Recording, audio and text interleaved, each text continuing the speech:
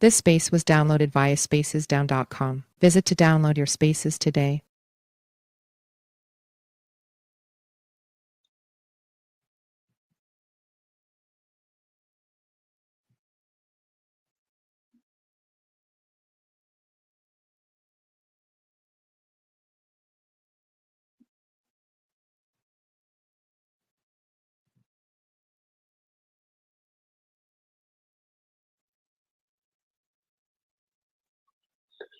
Good evening. Welcome to episode 4 of Going Off Grid, the podcast. Appreciate everyone coming in tonight. First off, Queen, are you up here? I am. Can you hear me, Bender? Okay, I can't hear you. I don't know why that thing's delayed. No, it shows you as a listener still. We got some heavy topics tonight. Thank you.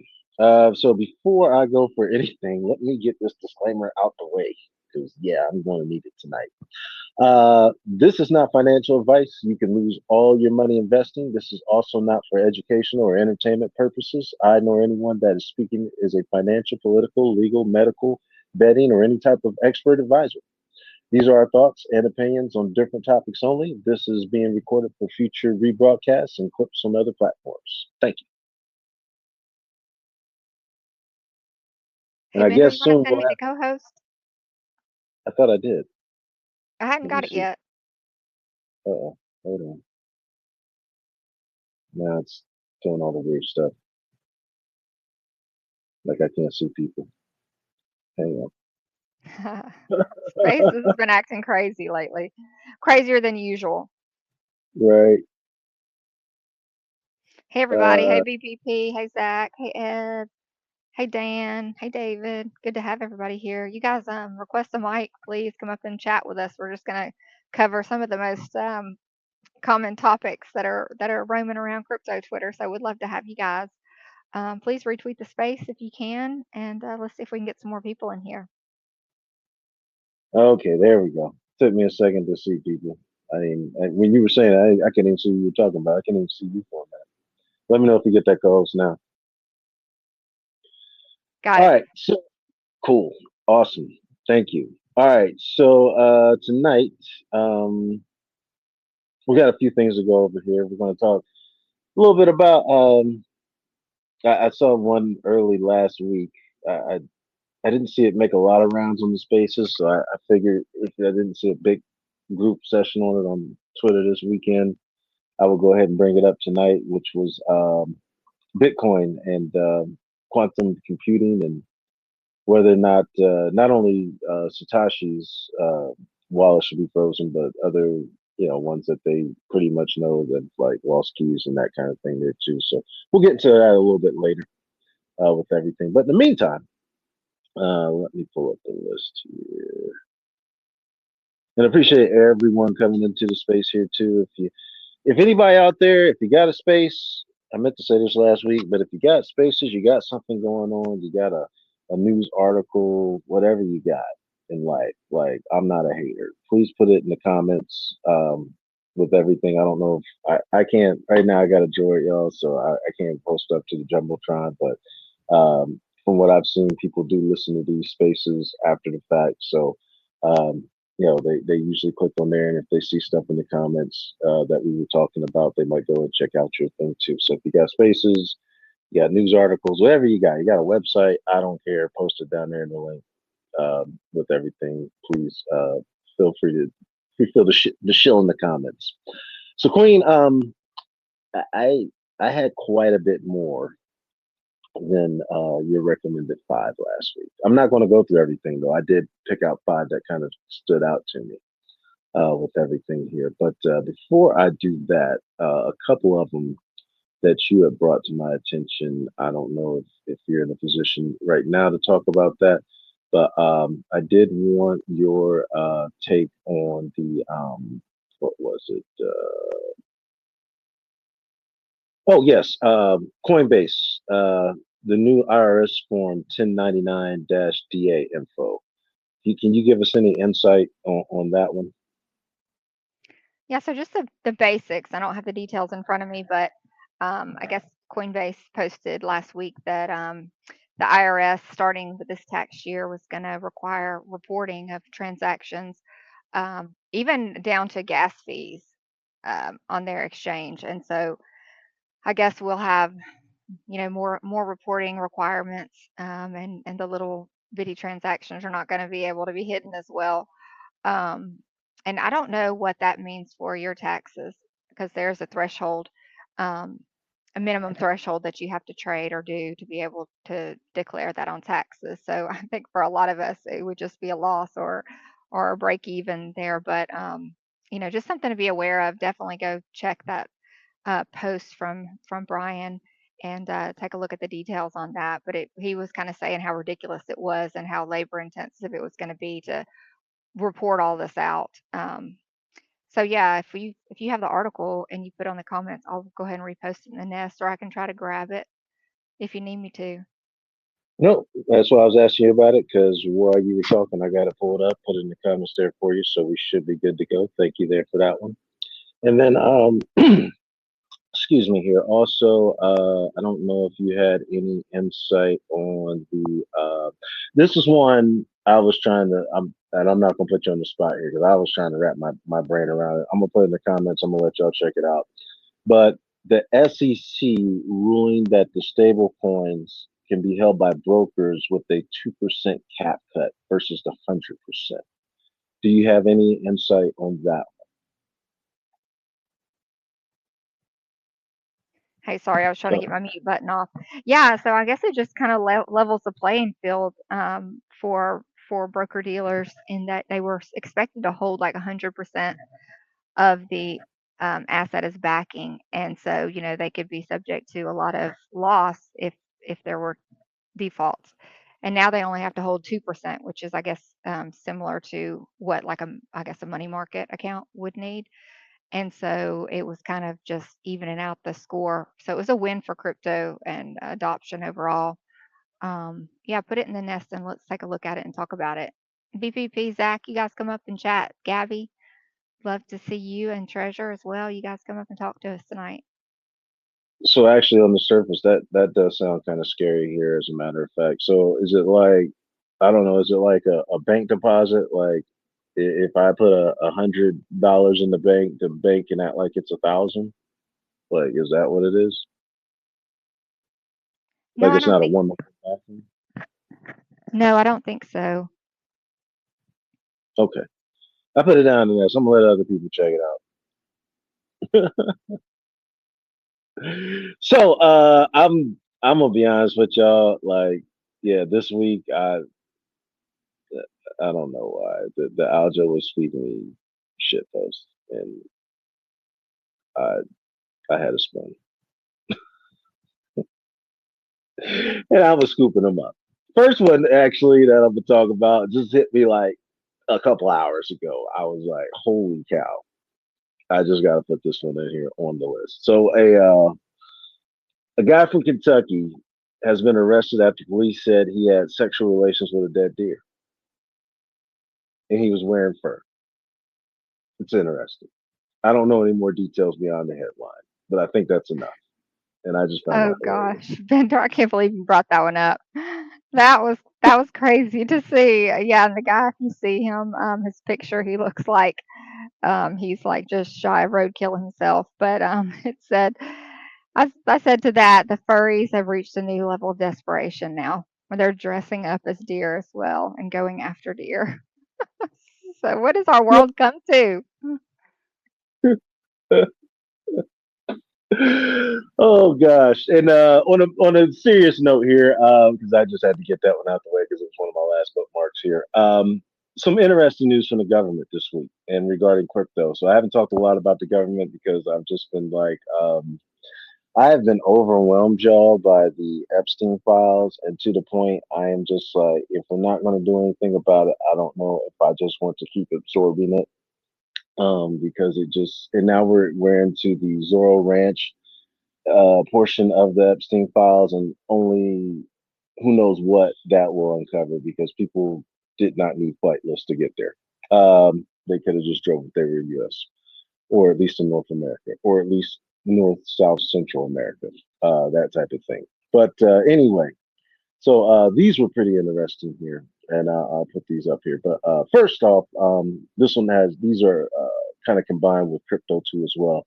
CFTC is going to announce, or they did announce the chairman of it did announce that he was going to try to quote unquote future proof crypto from the next possible Gary Gensler.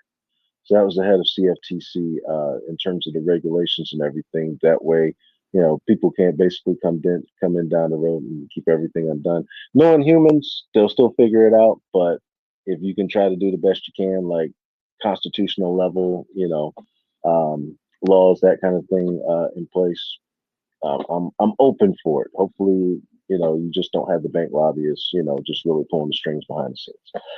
Speaking of that, regulations over the prediction market are going to fall under the FC or CFTC2 as well in the U.S. there, and I think that was kind of basically a signaling of the prediction markets being able to thrive and that kind of thing there too. And actually, they actually done studies on this already that the prediction markets are like actually a good way to predict stuff, which is kind of wild. Versus like the normal, whatever market analysis type of thing. Like they're really, really into prediction markets right now. So I found that interesting with everything. Brian Armstrong also, AI agents will use stable coins on their platform. We might talk about a little bit about that one more last week. Also, some interesting, just random stats. 40% of college grads work jobs won't. No, I'm sorry. 40% of college grads are working in jobs that don't need a degree. And on the flip side of that one that just came out here in the last 24 hours, a third of unemployed workers have college degrees. So if you have a college degree, there's a third of a chance you're not even employed. And if you are employed, there's a 40% chance it's in a job that didn't need your degree, which I find interesting. And we're just like at the tip of the iceberg with AI, which today I believe caused a major crash with IBM because it just replicated the software that they had been selling to people in regards to moving money behind the scenes. Not financial advice, but I just heard that like literally an hour ago, which is crazy with everything. Also, Queen, I don't know what your thoughts on this, but have you heard this week about Vitalik Buterin dumping? Yeah, I saw he dumped several $1 million again this weekend after dumping, a good bit, even more than that, not too long ago when the price of ETH fell. And I don't know what he's using this ETH for. Like he sure should have enough money. And why didn't he sell at 4,000? That's my question. I mean, I guess you never really know the top, but they've had some squabbles with the ETH Foundation, and you do wonder, how much that came into play with his decisions on when to sell. But ETH Foundation's definitely dumping whenever they see fit, although I'm sure they use it for good reasons. And Vitalik is definitely entitled to sell when he wants to sell. But I know the ETH maxis out there are just livid with this over the weekend, him selling again, and wondering how low the price will go. Right. And it's really curious, and thank you for that insight here. It's really curious to me also. Before I go into that, I got a question for you. How much do you think that Vitalik has dumped over like the period of having just take a random guess. Half a year? Just in total. I don't know. I'd say in the last 6 months he's probably dumped 40 million. 40 million. Okay. I don't have a number on this exactly, but according to Grok, based on-chain data from sources like Akram, Etherscan, Vitalik Buterin's ETH holdings have dropped from 663,000 ETH in 2015 to 240,000 ETH as of February 2026, implying that he has sold 423,000 ETH or donated, valued in the billions historically, depending on price. And then I think this was even before. No, this was up through this weekend. including the 7,386 ETH worth at 15.5 million, based on about a $2,100 average at the time, tourist philanthropy. So he's sold 423,000, you know, roundabout, give or take, according to Grok, which I found amazing. Oh my God! And think what else he has to sell. I mean, he could dump that price to like dollars if he wanted to. That doesn't even count the billion in cheap. That doesn't even count all the other meme coins that he's been sent in his wallet since then. I think I can't. I know he's dumped a lot of them. Like You know, that they doesn't used even count. sorry, they used to joke about he dumped it to buy something for his girlfriend. I don't know if he still has that girlfriend or not, but she's getting some expensive gifts if that's the case. Well, the latest one this weekend was I don't know if you saw that meme rolling around where he was on the panel or he was talking in the interview and had a hole in his sock. I'm not surprised. I saw some Eve Denver folks were pretty upset about him not attending in person. He just came on the big screen. But he's done. Oh, I is mean, that he wears some crazy stuff to those things. You've seen him in his furry pajamas and stuff. He does not care. right? You got as much money as him, yeah. You probably don't even care about a dress code anymore. I found that one hilarious. But I found that one really interesting. All right, and then let's see here. Last one I'm going to do, and again I'm back to shit posting, y'all. Don't let me know. But I just had some way off topic. You know what? Before I do that, let me get on something serious here. Crypto markets this week, because I know. Wow. Okay, it's dropped even lower than last I checked. All right. So a couple of quick ones here for market updates. This is Coin Market Cap. I'm using the app right now. Bitcoin at 63,500 and change. ETH at about 1,800 and change. XRP at about $1.34. BNB at 595. Whoa, BNB. Wow, that's not financial advice, but wow. Sol just dropped from 77 to 76 and change. Doge at about 9 cents. ADA at about 25 cents. Let's take a look here. Oh, I know y'all like privacy coins. XMR at about 302 right now. Let's see here. Sheev, I know everybody likes Sheev. Couple zeros back. What is that? The 594 range. So that's dropped under 6. A few, whatever it's for. Quad zeros back, I believe. In the 6s there too as well. And of course, y'all can go ahead and go through the top 10, but or top 100, whatever you like. But I always like to give a little bit of those. But this week, and I put this one in the nest, I believe already too. But top 50 assets in the world. So the interesting thing I found with this one, Queen, is this includes the currency of countries to organizations and corporations, just as metals. It's just a wild list in regards to this one. So I'm gonna give you some guesses here. What's worth more, Johnson and Johnson or the Israeli currency, the shekel?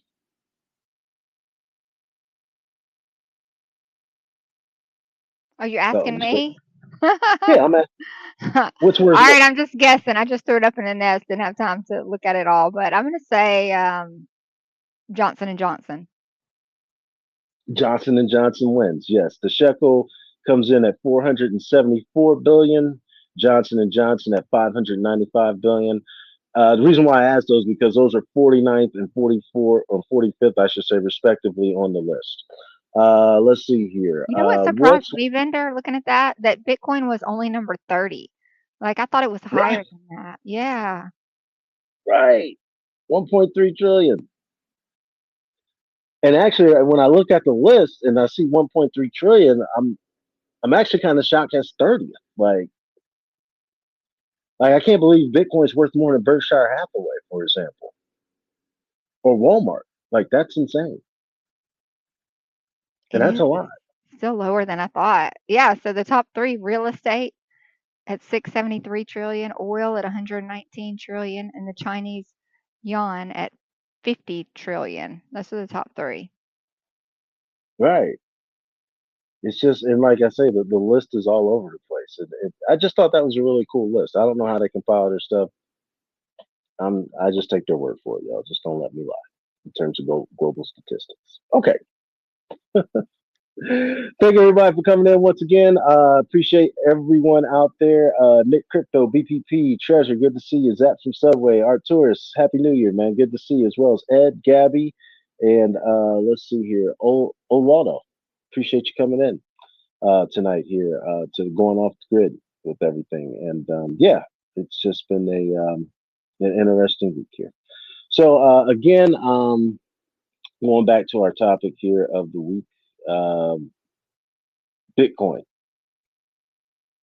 And I thought this was really interesting. There was a poll last week, I believe, by CoinDesk, and they had a researcher come in and said, there's a chance that this quantum computing will be able to crack the code on, figuring out, seed phrases, for the better part of it, and being able to hack wallets and that kind of thing. And we're sitting at what 1.1 million and counting roughly, because people will just randomly send Satoshi's wallet Bitcoin. And the premise of this was should we preemptively freeze this wallet in order to preserve that Bitcoin from being hacked and possibly down the road whatever happens to it, like selling it, for example, on the market. And yeah, I, I thought that was really interesting. So I'll go over to you to Queen first. What was your thoughts on that? Yeah, it was. I actually heard this first in a Bitcoin Maxi space. They were having some serious debates about it last week in several spaces that I went in, and I was trying to grasp the concept because it is pretty technical how they would do this. But the threat of quantum computing is definitely there. It's not, of course, it's not here yet.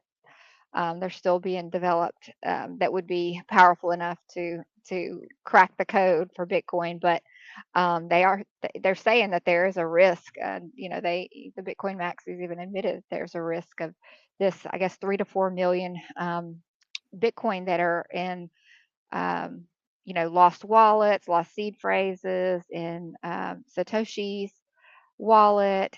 Just various ways that the Bitcoin is considered to be lost as of today and not counted um, as actively circulating. But that quantum computing could allow hackers to get in there and be able to anybody, I guess, that had public keys that have been exposed, not the private keys, but the public keys, um, could be, and they said even up to 7 million Bitcoin were susceptible to this, that there could be, and I don't know all the technical terms, but anyway, they could be accessed and potentially sold. And so, what would that do to the price of Bitcoin if 20% of the minted supply were were just immediately dumped on the market? And they were saying that they really need to start thinking ahead, and everybody needs to put this on the top priority list. What are they going to do to prevent that? And some of them were mentioning soft forks. Even I guess the most drastic measure would be a hard fork, kind of like what they did with Bitcoin Cash. But a lot of the Bitcoin loyalists are hardcore Bitcoin folks are really against that because it goes against Bitcoin's decentralized ethos. And so I guess what the takeaway that I got from spaces, or what they were more in favor of these I guess incremental soft forks to be able to guard against this. And I thought it was interesting at I think it was on an interview, maybe CNBC, that Brian Armstrong addressed the question. The reporter asked him, do you think quantum computing is going to kill Bitcoin? And he said no, he didn't see it as a significant threat, and that they set up a quantum advisory board at Coinbase, and that they're keeping a close eye on things, but they feel like Bitcoin is going to make the necessary changes to guard against this. So I don't know, interesting conversation. I would love to hear from some of you guys if you want to come grab a mic and let us know what you think. But yeah, I think the Bitcoin maxis are a little scared. Thank you, Queen. And as you were talking, it's funny, I had both of those articles up. So I pulled up the one down there in the Jumbotron, or the comments with Brian Armstrong in that interview, discussing that a little further. And I do want to make a quick correction here on the recorded space. That was actually Cointelegraph that did the poll in regards to whether or not it should, which I believe, if I'm not mistaken, actually most people, or the last I had checked, it was ahead. Let me just double check here, but I think most people were actually in favor of that one. Yeah, 67% said freeze them, 33% said lose them. In terms of that, I personally, I think. Let me ask you, Queen. What would you do? You had the power right now. Freeze it, or let it ride. Oh gosh, or me, I would freeze it. You I would freeze it. be, yeah, I would. Okay. What would you do? Well, I'm glad you asked.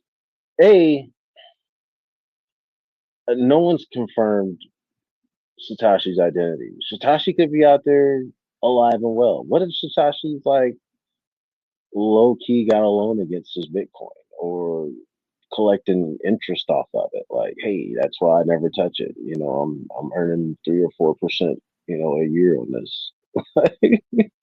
I'm like a mega millionaire, just letting it sit there. Like, no problem. Like, yeah, I'll let it sit, sure. Or or he's been out and somebody's just like, hey man, if you never sell it again, here's 100 million a year. Just shut up and let the mystery ride. Sure. Like I'll chill. That kind of thing. So you just don't know. Like me personally, if I was Satoshi out there and I had saw this poll go up, I might not have sold one Bitcoin, but I might have just moved one just to just freak everybody out. Like, bro, don't touch my Bitcoin. Like, what are y'all doing? But there's that factor. Decentralized though wise, I think uh, yeah, like that's kind of like preemptive. The quantum computing isn't even here yet, but if and then also, like, it's kind of crazy that they can just do all of these things now. So it's like, how decentralized is decentralized anyway, if you can just do that to people's wallets at will, like now. So that kind of pulled the curtain back, you know behind the scenes in terms of what's really capable. So it really kind of just opened my eyes up to what we're all really dealing with, and my approach to crypto as a whole, and whether or not is this really not only a revolutionary uh, form of currency and tool to use in terms of Bitcoin, but or is this really rebels against the banking and centralization and that kind of thing there too? Because like if you can do all this stuff now and for preparation for that, like like it kind of goes against counter with everything that crypto was supposed to be able to do. It's supposed to be borderless. You're supposed to be able to access and everything. And if they can just do all that kind of stuff, and it's just like, all right, well, all that kind of stuff just kind of goes out the window for me now. So that's my take on it. Oh, looks like Queen might have lost connection. So we'll keep an eye on that.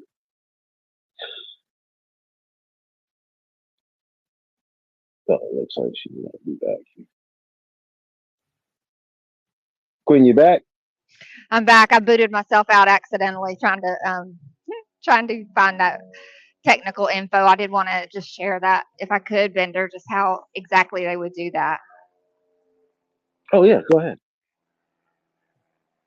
Okay, give me just a second to get back to it. Just 1 second. Okay. So basically, like I said, it was the public keys that were not hashed that they could access, and it said a it uses Shore's algorithm, which they would run to derive private keys from the public ones visible on the blockchain. It says unspent addresses with only hashed public keys stay safe, as quantum attacks on hashes remain inefficient. But it said it's not feasible yet. It requires millions of logical qubits in a fault tolerant machine, so likely 5 to 15 years away in the 2030s. But then it goes on to talk about the fork options, which they have a couple of proposals out there, like a BIP 360, and it gets super technical. I won't go into it, but anyway, they have a couple out there proposals, and they have some they're just kind of kicking around. But yeah, I thought this conversation was super interesting.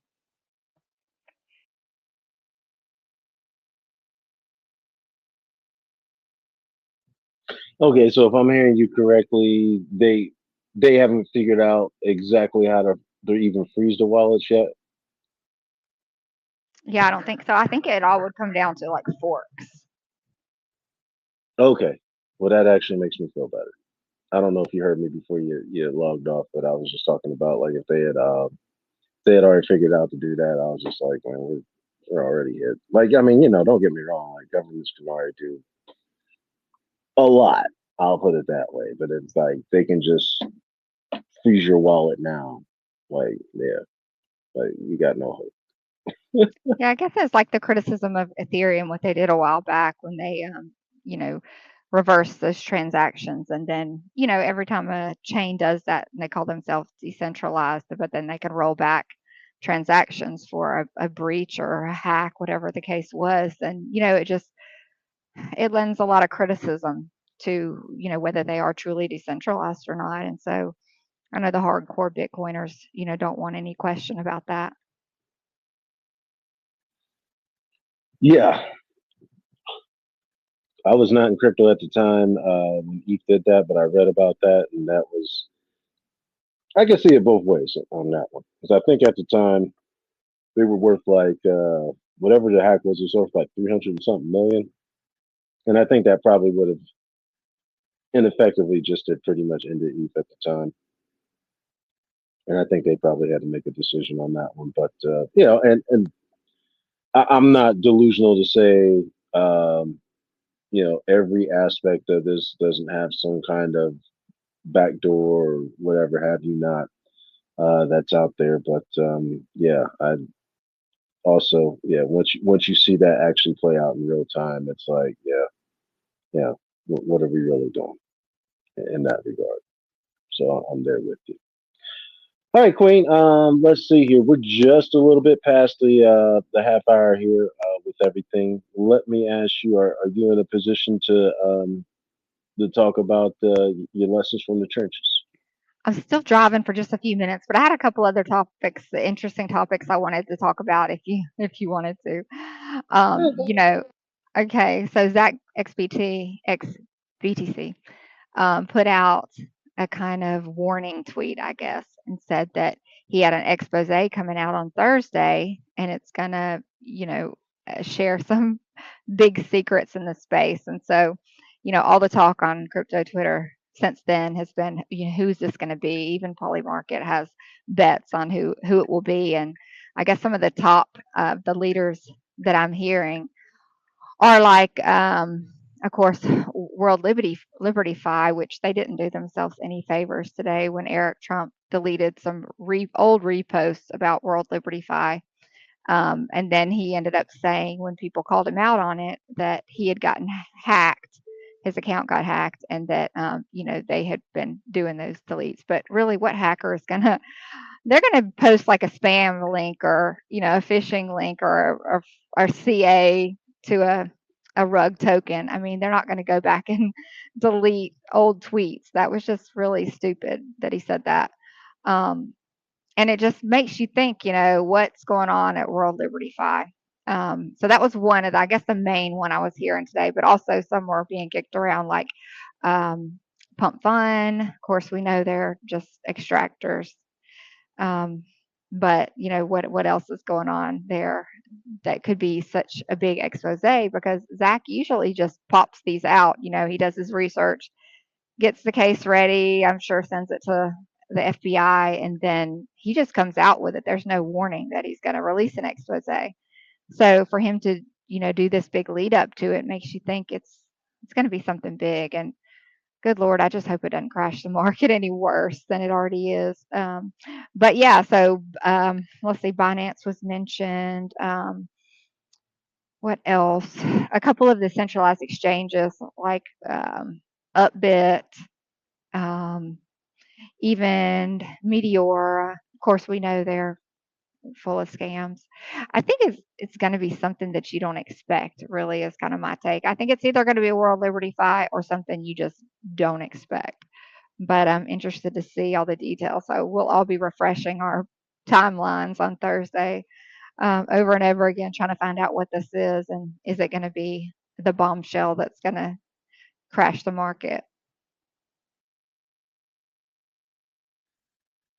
Yeah, I'm fascinated by Zach XBT. Not only just the vast knowledge of um, being able to read the blockchain, but I don't know, like it's amazing like how he gets into like DMs and group chats and just like he'll just pop out with screenshots of like your group's DM. I'm like, bro, like is he hacking somebody's DM? Like I can't see, the people leaking stuff, that kind of thing there too in these conversations. So yeah, it's just always amazing, everything. And I think it'll be interesting, like you said, just to kind of see, again, he just usually just, comes out with it.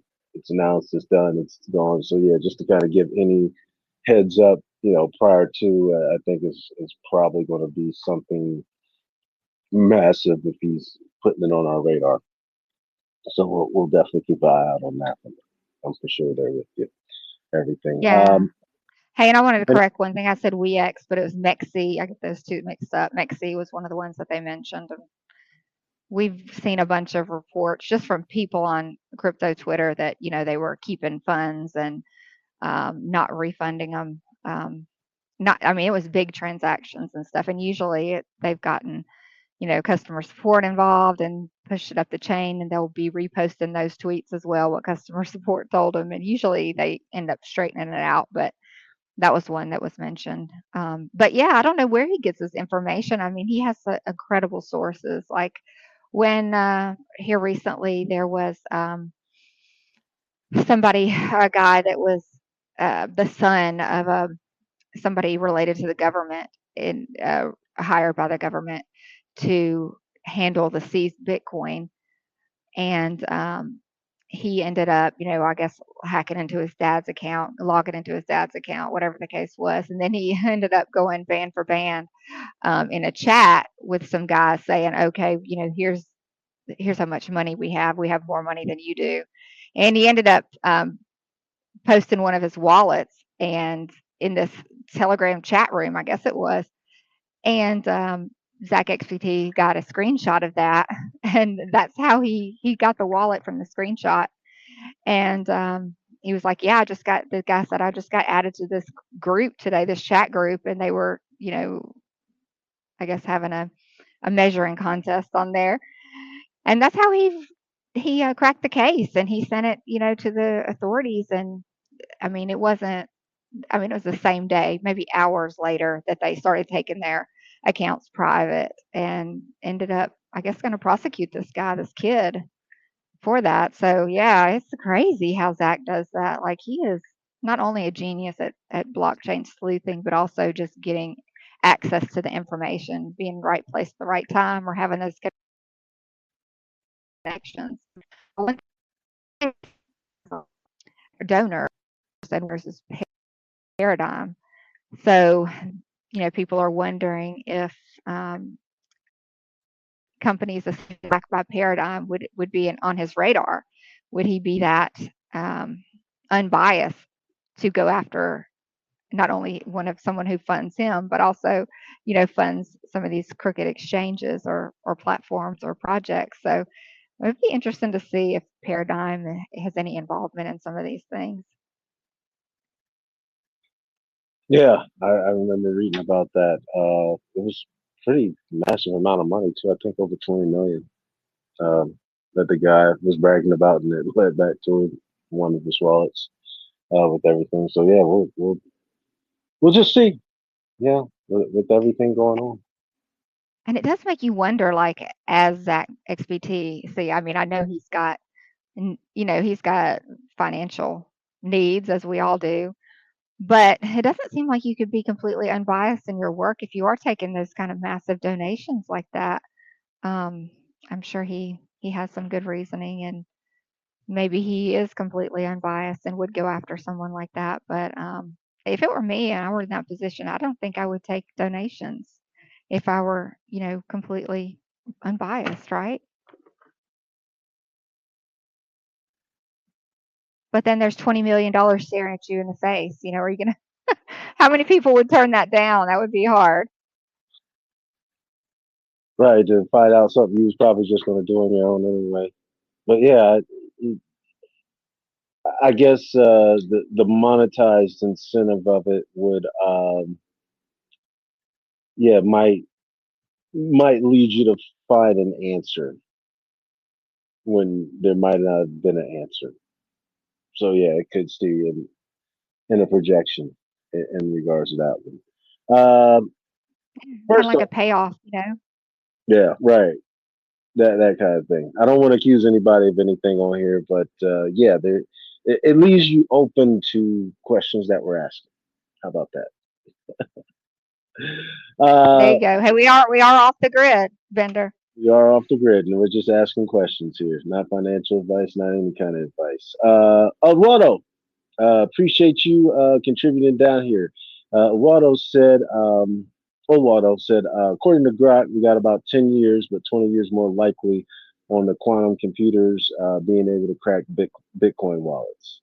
So, yeah, we're looking at, yeah, roughly 2030, but could be longer. Thanks for sharing that, Eduardo. I'm glad we got Grok to chime in. Appreciate that. That again, I don't even know. Like, if it was here now, I would just be like, I don't know, because like I feel like we got way more issues than just Bitcoin wallets being hacked at that point. We're talking like, trillions of bank accounts aren't safe, passwords aren't safe, your your your code to your safe in your house ain't safe at this point. Like, like nothing's safe. Like at that point, like I think the whole entire thought process, like Fidelity, like the low level employee using the same password for the last 10 years, but can backdoor you into the whole,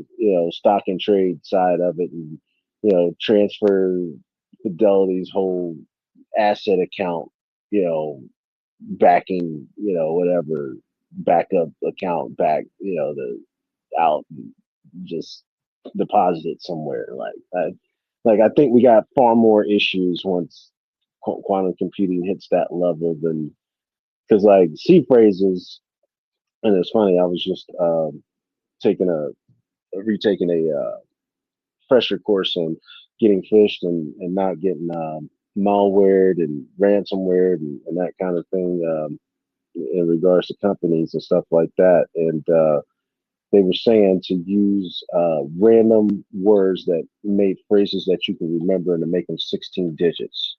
So, like, I don't know, fish, shovel, cows, turnpikes.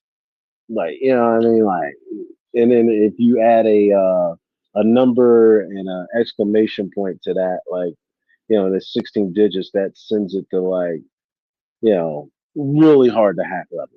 I'll put it that way. And then like you've got, seed phrases that are typically around 12, but some of them I've ran into even have like 24, and they're just all randomized. So Yeah, to see it, kind of get if things got hacked at that level, that's going to take some serious computing. I'll put it that way. With everything. It make me bullish when you're saying all the things that would get hacked first. Where's all the smart money going to put it? They're going to put it in Bitcoin because it's way safer than all the stuff that everybody's using at the moment. Even though it might be vulnerable later, it's safer than what they got now. Just a thought. Yeah, that's a good thought. Hey, Alvaro, how are you? I'm doing all right. Good to see you. Thanks for coming up. No, it's just the way he was talking, and I'm like, I haven't been more bullish about Bitcoin in a while until he started spewing all the stuff that could go wrong, and just I don't know. Thought I would mention it. Yeah, and I wonder how many other corporations, companies, and managers are thinking ahead like Bitcoin is to what can happen, what steps they could take to, hack proof it. So I was kind of encouraged here in the conversation that, they are trying to get ahead of this. I don't know. I think in the future, when quantum computers, people will have AI bots or agents or whatever to deal with just encryption. It's going to be that way, I think. Is my AI is better than your AI, or is it a stalemate and I'll go find a weaker AI to attack? Or am I just out in left field thinking that that's the way it's going to go? This space was downloaded via spacesdown.com. Visit to download your spaces today. I don't think you left field. I do think, heck, there's that element out there now. So yeah, it would be probably very natural for it to come across that way. Also, in AI, I imagine too as well, with everything. So also, cryptology itself was actually around before crypto. Like I think cryptology was like 80s and 90s, and it's World War generally II. World War II. Wow, I didn't even know that. The World War II. Enigma machine was they cracked that's how computers were built, to crack the Enigma code so they could listen into the Germans. Wow, that's why we go off grid. And now we have Bitcoin. Right.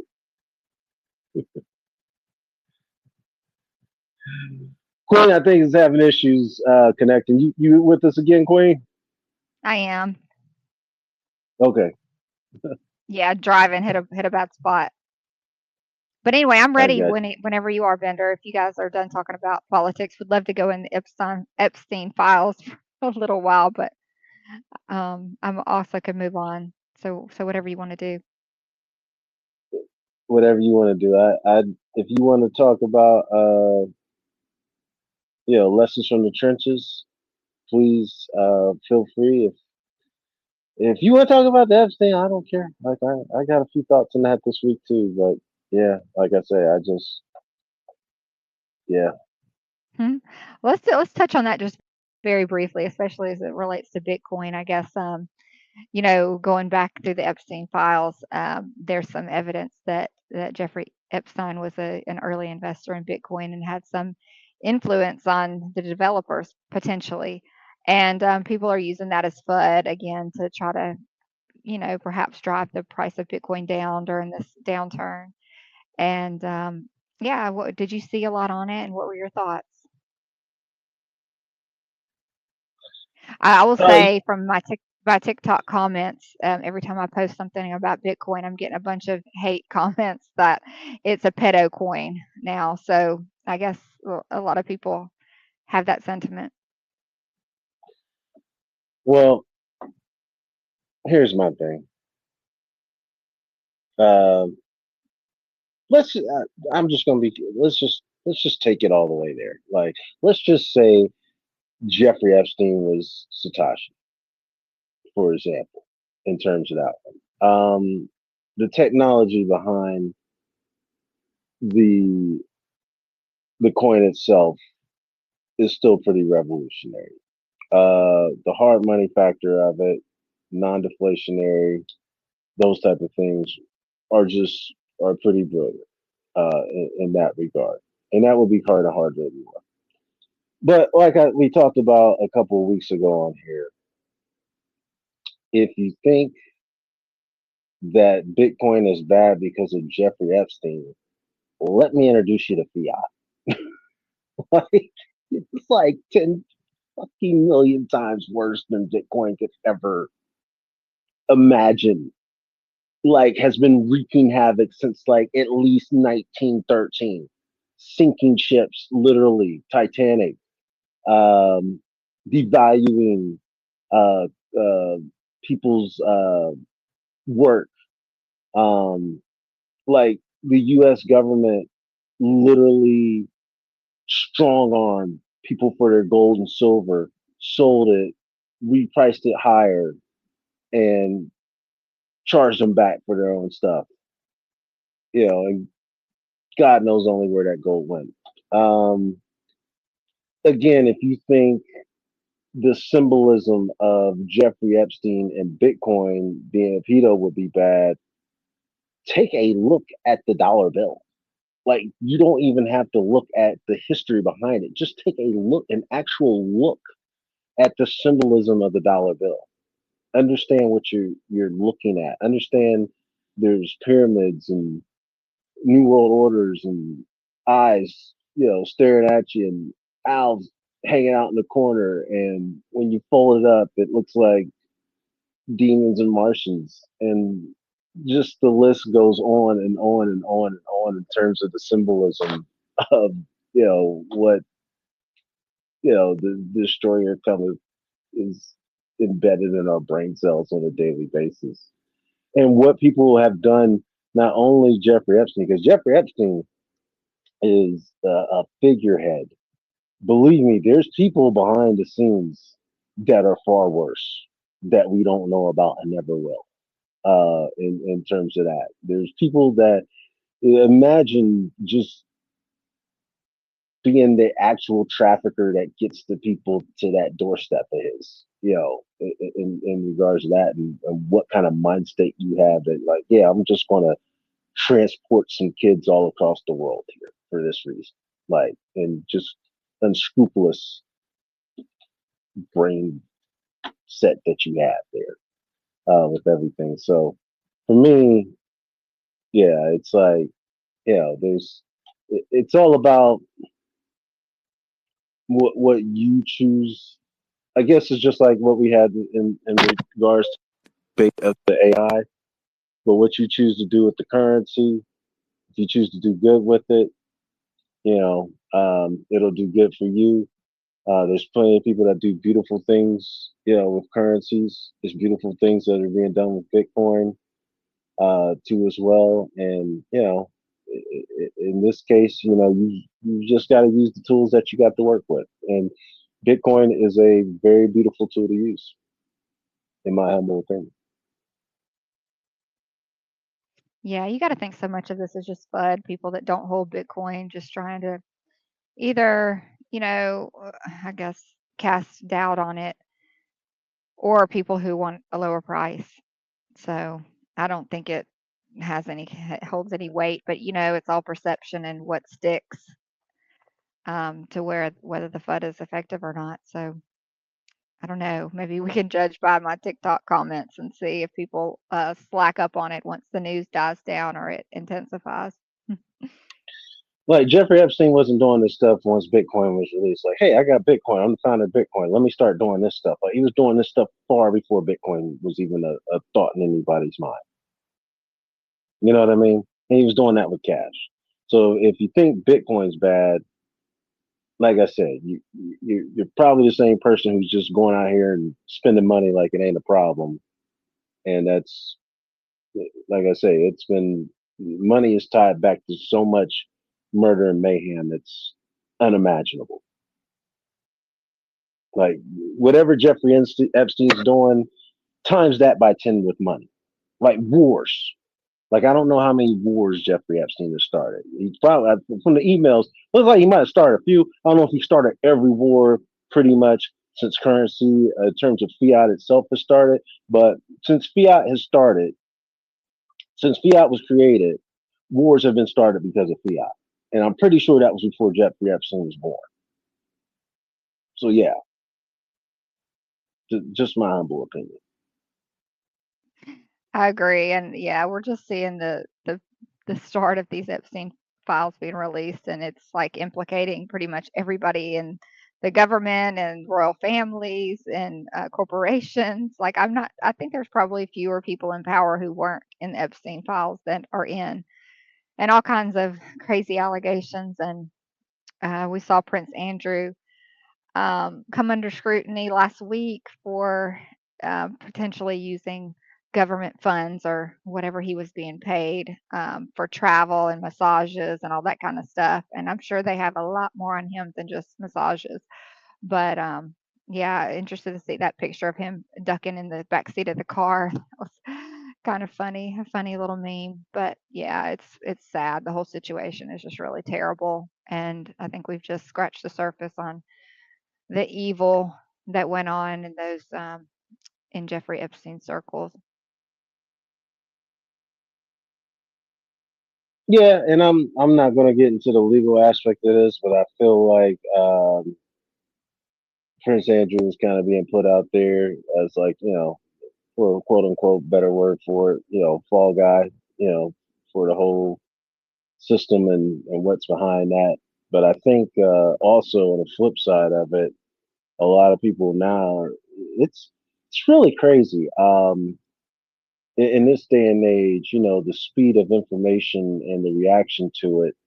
You're also seeing a lot of people that are also saying like, all right, if Prince Andrew, you know, can't escape, then what's to say not you? And you're seeing some reverberation in real time with that. Like, for example, and I'm not saying that this was tied to it, but just an example of, dominoes and cause and effect.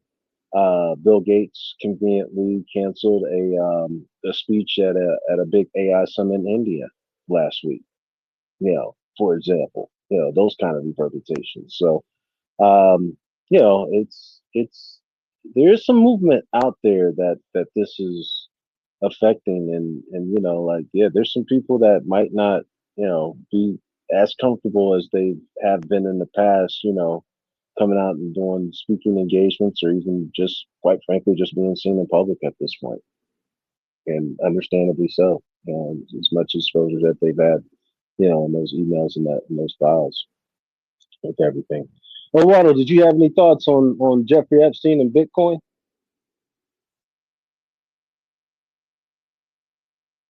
Uh-oh. Waddle, you still there? Yeah, I'm just taking my kid to the gas station.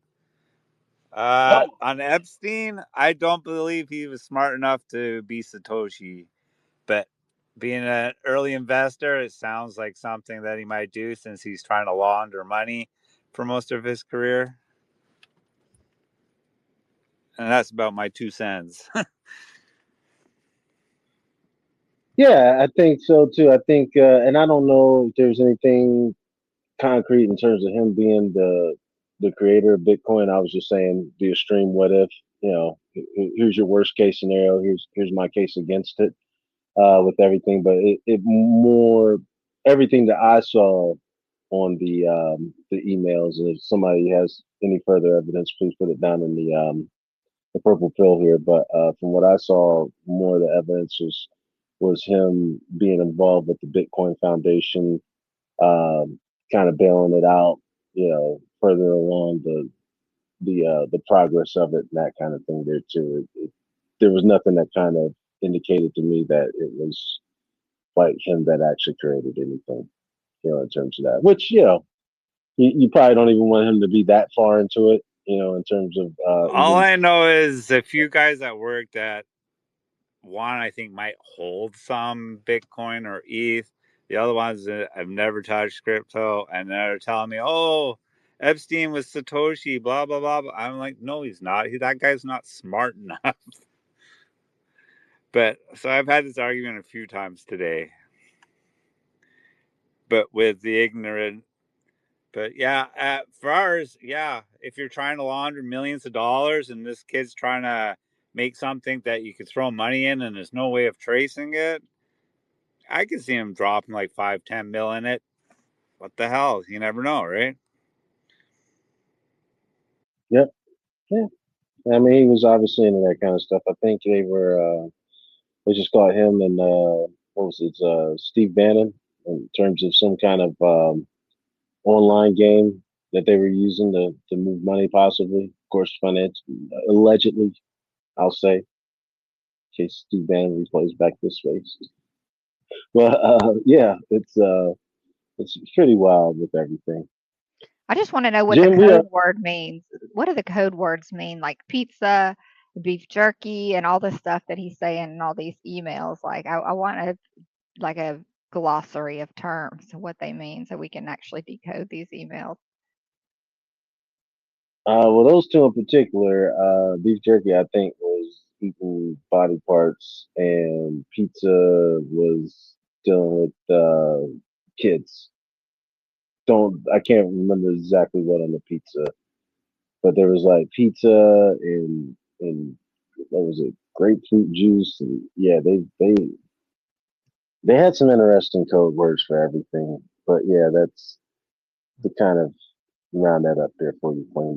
Those two in particular, that's what those meant. Yeah, Oh, thanks, Bender. yeah. Well, are you ready to move on? Are you ready to move on to the lessons now? I think we've effectively If you drove still, that into the ground as a recorded you space. still want to do it, yeah, Yeah, I'll just give a yeah, quick highlight. We're doing this off the grid series on Monday nights. We're doing more like current events and crypto and whatever topic that comes up. But on Tuesday nights, we're doing a TikTok live, and we're covering my lessons from the Trench series. I've got 39 published so far on X, and in each of these, I just try to go into a topic that of education that I wish I had learned when I first got into crypto so that people don't have to learn it the hard way like I did. And just some are, being a good person, some are about security, some are about like social engineering and um, just different topics. But last week, we covered just where did the humanity go?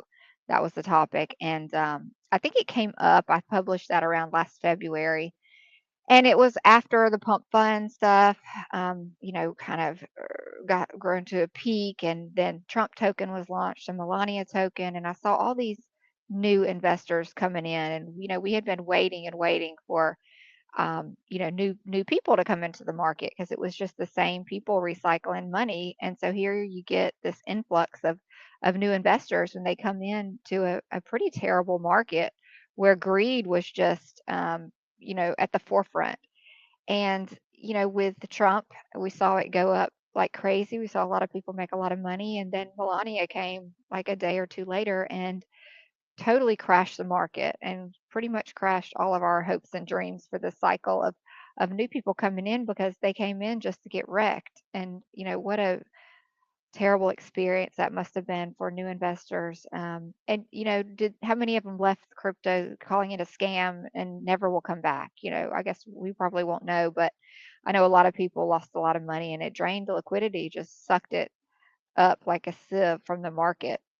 And so I just got to thinking about greed and how that's impacted the space, and how when we came in, yeah, it was about money. So many of us came in around the same time, the beginning of last cycle, um, with Doge and Sheeb and all those tokens. And it was more about, holding a token. It was more about building communities and, having conviction in what you're holding, not necessarily about making this quick buck. And we saw, charts that typically would hold for months, even years. Now, the trend was to hold for, days at the most. And it was pretty much like even hours or minutes. You got in on that first green candle and you got out as quick as possible. And it was just about, who would be your exit liquidity. And so I wrote this, Where Did the Humanity Go, about, greed and how to just be a freaking good person, and onboard people the way that you would want to be onboarded to the space, and cover topics like be kind to new investors, teach them the basics.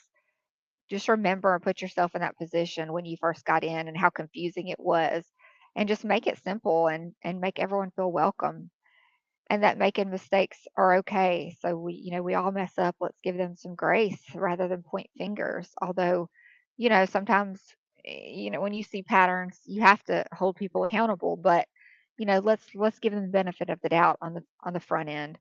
Um, Helping, not just competing. I think so many in this space are just, it's like dog eat dog. It's a hard, um, cutthroat space to be in sometimes. But just realizing that competition is good, but support is even better. So just sharing knowledge and resources to help each other out. There was so much more of that, it seemed like. Um, when I first came in, when you guys first came in, everybody was willing to reach out and help and lift somebody up. And, now it's like you don't want to even share anything you're working on in public because someone will steal that and try to get ahead of you, um, or just ruin your project basically. So just about playing fair, promoting honesty and fairness in everything we do, from talking about projects to trading. You don't have to tell everybody your trade strategy, or when you're entering or exiting a trade, but don't be untruthful and act like you're holding a token, just to bring someone else in to offload your bags to. Take profit responsibly, but don't come in just to dump the token on someone's head.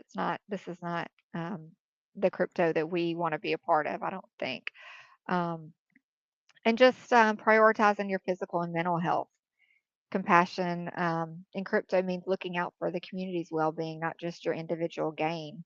So just taking those breaks when you need to, reaching out to somebody if you see they're having a hard time, asking, how they're doing, or, just being a supportive ear to them. I think we all have times where we are near crash out level, and, a sympathetic ear would have been really good in that situation and potentially keep us from crashing out, and or keeping us from burning out.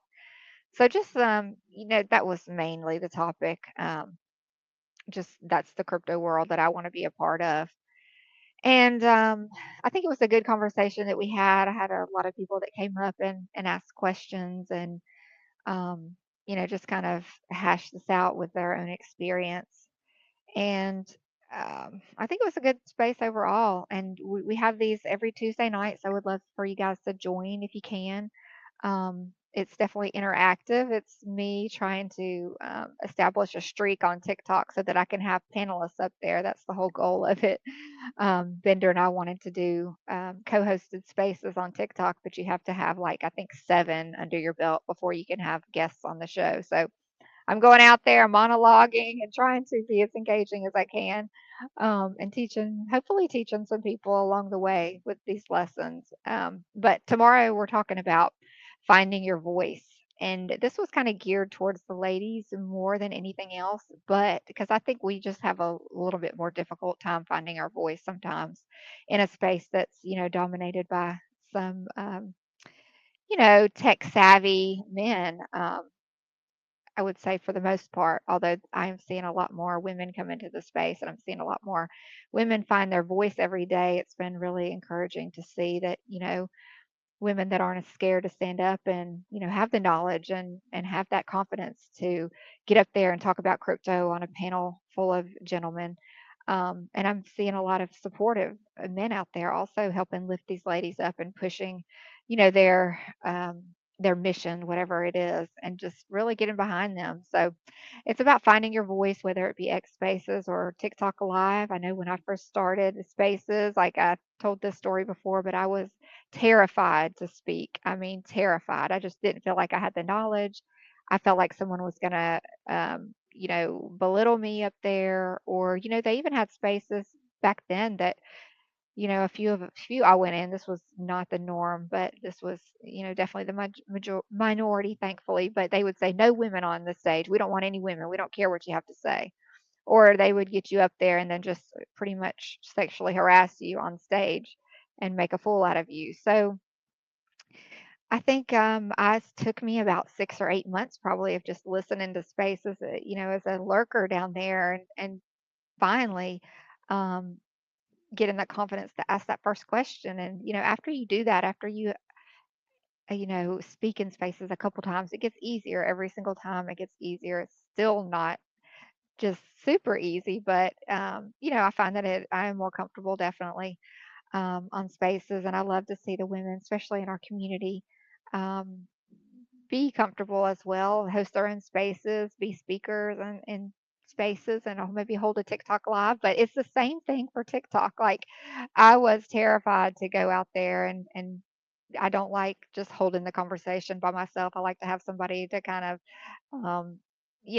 kick ideas back and forth and just have a dialogue. And so getting up there, oh my gosh, it was kind of crazy. I was like, oh, what am I going to say? Am I going to be able to hold this conversation and carry this conversation? And just the technical aspects of it, like it's so different from spaces that it took me a minute to kind of get everything where the buttons were and what to do. So anyway, tomorrow night's going to be about finding your voice. I would love to have you guys, if you have time and want to stop by. It's going to be on TikTok Live, and I'll pin the um, pin the post in here. And if you have any ladies in your life that are curious about crypto, or just maybe are in crypto but haven't found their voice yet, would love to have them as well, and hopefully can encourage them and get some more ladies involved in the space. So thanks, Bender. That's the lessons from the trenches. Wow, Crypto Queen. Salute to you for this series. I think I've read all of them. Can't remember all of them from last year, but I'm pretty sure I'll get to read all as you're kind of going back through them on this TikTok series.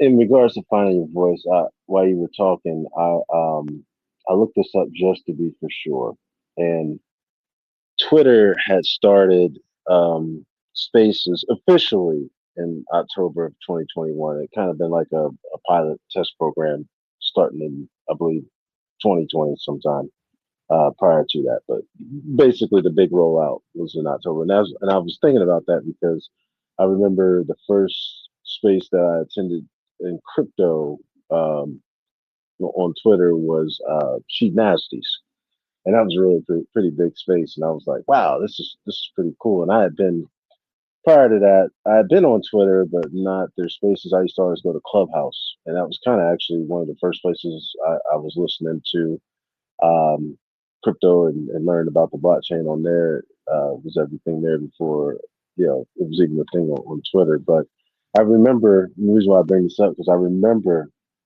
when I first got into crypto, people would be in the DMs teaching me stuff like screenshots, um, word for word, taking screenshots, showing me step by step how to do stuff. Like, it would be like something that you could explain in 5 minutes would take like an hour, in regards to that with everything. And I just found that fascinating. I think even I know before 22, I had at least did one space. I can't. I remember we were talking about crypto and sheet. Remy helped me host with that one, but I didn't do it again for a long time. Pretty much until I think Lad space or the space right around Lad's. I think I did one before his, but it wasn't until later on that year, like May of 22, and things of that nature. So, and this is coming from a person who has done some major speaking events. I'll put it that way. I've talked in front of thousands of people and everything. And just to kind of, when you're not familiar with what you're talking about and you're hearing other experts speak about things that you're not even, don't even have a clue yet on, that can be a very uh, challenging environment, I'll say, with everything. And to now think of that, from a person getting into crypto, doesn't know what they're doing, and enter in a hostile environment on top of that is like, yeah, those kind of odds kind of stack up against you. So, kudos to you for even having, that ability to not only break that barrier yourself, but now advocating for others to come up and have that voice of theirs too as well. So yeah, I find that wonderful. I don't see. Are you a speaker, Queen? Yeah, I'm a speaker. Hey, I wanted to add just something to that. When I first started SHIB Women, I reached out to the team and, just asked if I could have their support. And our favorite admin told me that no, she couldn't support it because she didn't feel like women needed to be separated or to learn any differently. She said I jumped into it um, with both feet, and I think everyone should be able to do that and to be able to speak up and make themselves part of the space. And I was like, but yeah, not everybody's the same. I mean, not all men are the same. Not everybody is that confident, that good at public speaking, that confident in their own skills. Some people need to like a slower pace, and they need a little bit more help, and they need a slower onboarding process. So I mean, I've really have thought it's been a really great thing, especially for women who are a little bit quieter, a little bit more reserved, not in the tech space at all, new to crypto, maybe from another country where they don't have the same rights or same access to financial resources as we do in the West. We can't just assume everybody is like a Western woman that is has equal rights and the culture is the same. So anyway, that's kind of where I was going with this topic. My very first question in crypto, my very first statement that let me know, I should say, I had no clue about crypto. I had called, it actually is still pinned to my profile, but I had called Sheed a coin. And somebody snapped back on me in the replies, not that one, but it was some random comment. I'll never forget. But somebody snapped back on me and said, "No, that's a token." And I immediately hit them back and I said, "Well, what's the difference?" And they never replied back to me. And then I remembered somebody else saying, "Do your own research." Like it was just drilled in my head. Do your own research. Do your own research. DYOR. So I was like, all right, you know what? I'm just going to look it up and see what the difference was. And it was like mind blowing when I realized, oh, that's a huge difference between a coin and a token. Like you're a big dog if you're a coin. You're not bad if you're a token, but you're not a coin. You're not like a blockchain starter. And so I came back in that same reply where the guy never replied back to me. I said, I understand now why you corrected me. Thank you. And he actually replied back and said, "You're welcome. Welcome to crypto." Like like that. And I was like, "Oh wow." So yeah. And I'll be the first to admit, like, especially my first 3 months. If y'all go back, I don't know if y'all really want to go back that far, but if y'all go back to my first 3 to 6 months in crypto, I don't think I've deleted any of those tweets. It's just some of the most wildest, random, like absolutely nothing about the blockchain, obviously questions. Like the very basics of basics. Like yeah, like didn't go to YouTube, didn't anything. So yeah, it's you gotta be you have to have a certain you got to be able to take heat if you're just going to put yourself out there like that. And I don't think a lot of people are that comfortable with just coming out and saying like, "Hey, you know what? I'm new here. I don't know anything. Help me out." Like it's very hard for people to, especially publicly in this kind of arena, to ask for that kind of help. So yeah, I could see where some people have different learning experiences, but I would say also there's probably a lot more genders aside. I would just say generally, just me in sales and just knowing these kind of statistics, generally there are a lot more people that will just keep to themselves and shrivel under the weight of being exposed and come out and just say, hey, I don't know, or if they can't find out an answer, they'll just say, F it, I'm just not even going to try. Yeah, and people tell you all the time to do your own research, but they don't tell you how to do your own research, especially when you're new. You don't know where to go. You don't know where to start at Token Sniffer and Deck Screener and all these things, and how to protect your wallet. And these are things a lot of people just have to learn the hard way. I know when I first got in, I came so close to sending Elon Musk some Bitcoin because he was going to like 10 times it and send it back to me. That's like the most newbie like fail ever, but I almost fell for it. And my first one of my first coins I bought was I was just looking at the top 10 and thought USDT sounded like a really cool name. Maybe I'll buy some of that and thinking it was going to go to the moon and it's a stable coin, like I had no clue. And thank goodness, for YouTube and other sources that I was able to get some information, but even there you have to be careful. So, teaching people slowly, teaching them like safe resources, your Binance Academies, your MetaMask Learns, good YouTube, educators. Like you almost need a playbook, like a guidebook of crypto for dummies or something for like real crypto Twitter. And especially when the market gets salty, when things start going down, people get really, really short tempered out there, and they're definitely not willing to answer those questions. They'll just cut you off, and you'll never get your question answered, or they'll make fun of you or whatever the case is. So yeah, just good to know, good topics to remember. So guys, just always put yourself in that place of that new investor and just give them a little grace.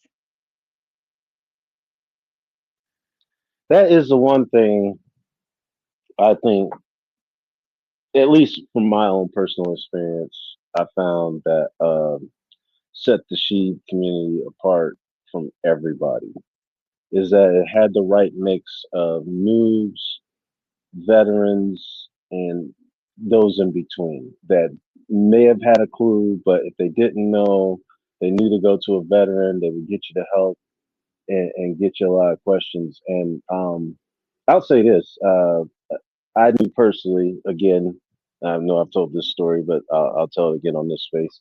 I being in sales, I just kind of know like women do more research in things because they don't want to feel like they're stupid. They don't want to get ripped off.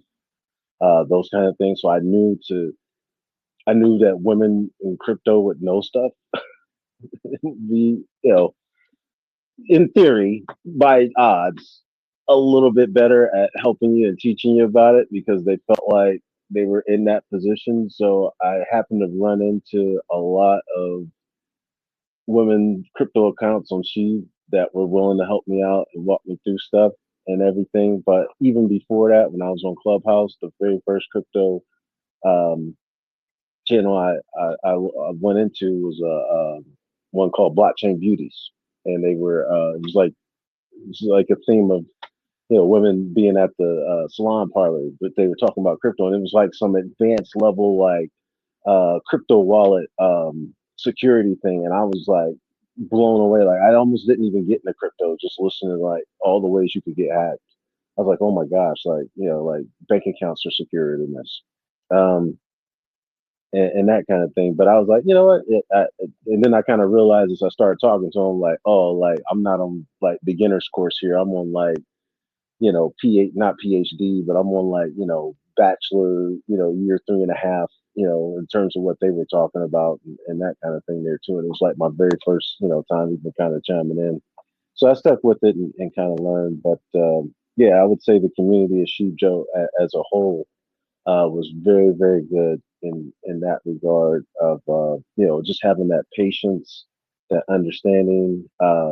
Still very ruthless, take profits, crypto traders, but at the same time, they were like, hey, if you want to win, if the in order to win for this community to be strong, you have to know these things, like and you have to at least be this way. Like we don't want you as a new coming in to get ripped off immediately. We don't want you to get wrecked immediately. Like we want you to be on good solid footing to be able to make those decisions when the time comes and that kind of, and I still learn, like I still, yeah, still didn't, yeah, but still, um, the the basics of the foundation were there, and knock on wood, I knock on brick, but I and I don't do a lot, but also like I never fell for any like just click link scams and things like that, and a lot of that, a little bit of my background and fishing and that kind of thing, just dealing with a major corporation where we were constantly under attack and people were constantly trying to hack us and stuff like that. I was paranoid out my mind with that kind of stuff. But yeah, it was also like, um, people that were, i- hanging out every day in the comments, the replies and that kind of thing, and then would turn around and try to send you to a scam link one day, and that kind of thing, and being able to recognize that. So yeah, it was beautiful to see in regards to this community in particular. Not to say that others didn't, but a lot of a lot of what I ran into when I first got into crypto is I ran into a lot of Bitcoin maxis, and like 90% of the answers were just few and like new, do your own research. Like it was like zero help basically, and I was just like, at one point, my first year in crypto, I was like, "F Bitcoin altogether." Like, I don't care. I'll just hold a little bit of it, but like alts got way more upside anyway. Like fuck them in their little clique. Like I don't know. This is a lot of them. Unfortunately, I just ran into were just arrogant assholes. So yeah, it was. Yeah. Yeah, it was definitely different to come into a community that was very, very patient, and you being included with that one, because like I think your very first face again was that whole NFT secure, which again blew my mind. I was just like, I just didn't know like stealing NFTs left and right was a thing, and like you had like 80 different ways they could do it. So like it was like a real hardcore, introduction to NFTs at that time for me. So thank you and everybody out there that helps support us. Yeah, you know what, you mentioned that. I think of most of us that came into Sheeb, or the good majority of the active community, were like brand new to crypto. That was our first experience. Or maybe we had Doge before that, but we had definitely not read the Bitcoin white paper or knew any of the tech behind it. And I think that was a good place to learn because we were all kind of learning together. So yeah, I think she was a great starting point for a lot of us, and an experience that we can't say enough about, that helped us to get where we are. And yeah, I've been in those Bitcoin maxi spaces, and you would have to take a burning cattle prod to me even now to get up there and speak on some of those panels. Like, I would feel like I did not know anything, or enough about it to hold my own up there. So yeah, it takes a strong person. It takes someone that's really confident and well educated in the topics, and able to gain that respect pretty quickly to be able to stay up there successfully in a panel of Bitcoin maxis. Absolutely. Well, I tell you what, Queen, we got 1 minute left here. Any final thoughts that you? Well, let me go here. Waldo, are you still dropping off people, or did you have any final thoughts you'd like to give us?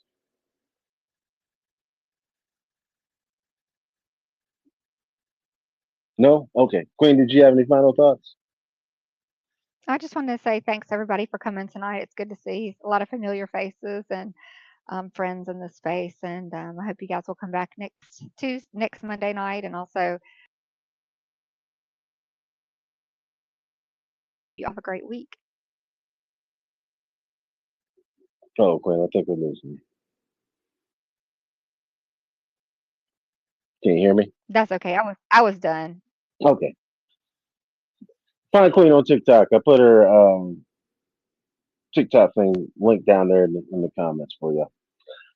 With that one too, and make sure you tune in tomorrow night. I believe is that going to be 7 or 8 p.m. Eastern? It's 7 Eastern. 7 Eastern. course, catch Gabby at 6. I think Beyond the Blockchains at 7:38 ish. I have to double check, but I got my reminder saved on Zach, so I'm gonna try to catch Tuesdays here. Saturday was a really good one too. I enjoyed that space, by the way. Thank y'all for having that one with everything. Spoons been up in the mornings with the Grid Tech Treasure. I've seen you hanging out with a few of them there too as well. My guy Zings, I mean, good to see you. Rug Rat, good to see you. Thank you for coming in. Everybody that's been hanging in here. Tom, thank you for coming in too as well. Gabby, thank you for hanging out the entire space. You don't, okay, Box Dot. Thank you for being in here with us the majority of the evening too, and everybody else here too as well. Nick Crypto, good to see you. Thank you for coming in too as well, and everybody that was here and kind of popped in and out throughout the evening. It's just been a wonderful space. Again, talking about quantum computing. Good to know, Ovado, that that might be a little bit of ways out, and hopefully we don't ever have to make that decision to freeze Satoshi's wallet. I think it should stand in infamy and to the end of time, and hopefully he doesn't ever dump on us. But if he does, it'll be a great buying opportunity, in my opinion. You send Bitcoin down to $1, I think the whole world would probably try to ape in immediately. In terms of that, I think it would be literally seconds before it hit thousands again. In the meantime, Epstein files and everything, just, I will say this, just knowing what I know about social media, put a filter on as you kind of scroll too as well. There is a lot of things that are brought up and designed to give you psychological trauma in regards to that. So make sure that you are definitely just not absorbing.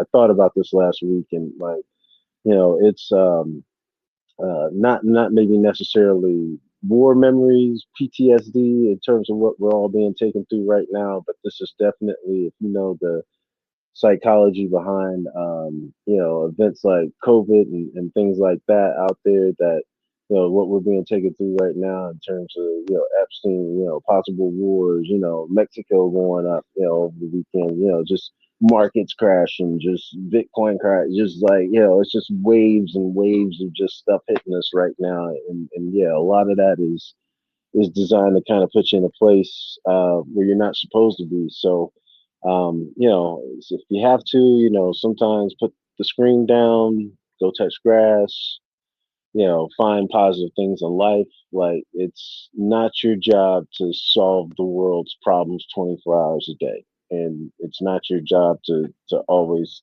do things about that at every given moment at a time. You'll have your times where you can do your part and take advantage of those times when those times come. But at the same time, also know too that this is definitely uh, presented to you and in the algorithms for a reason.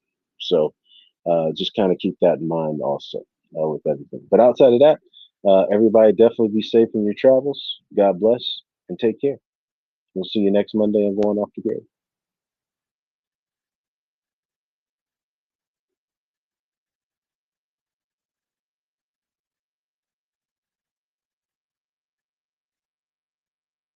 This space was downloaded via spacesdown.com. Visit to download your spaces today.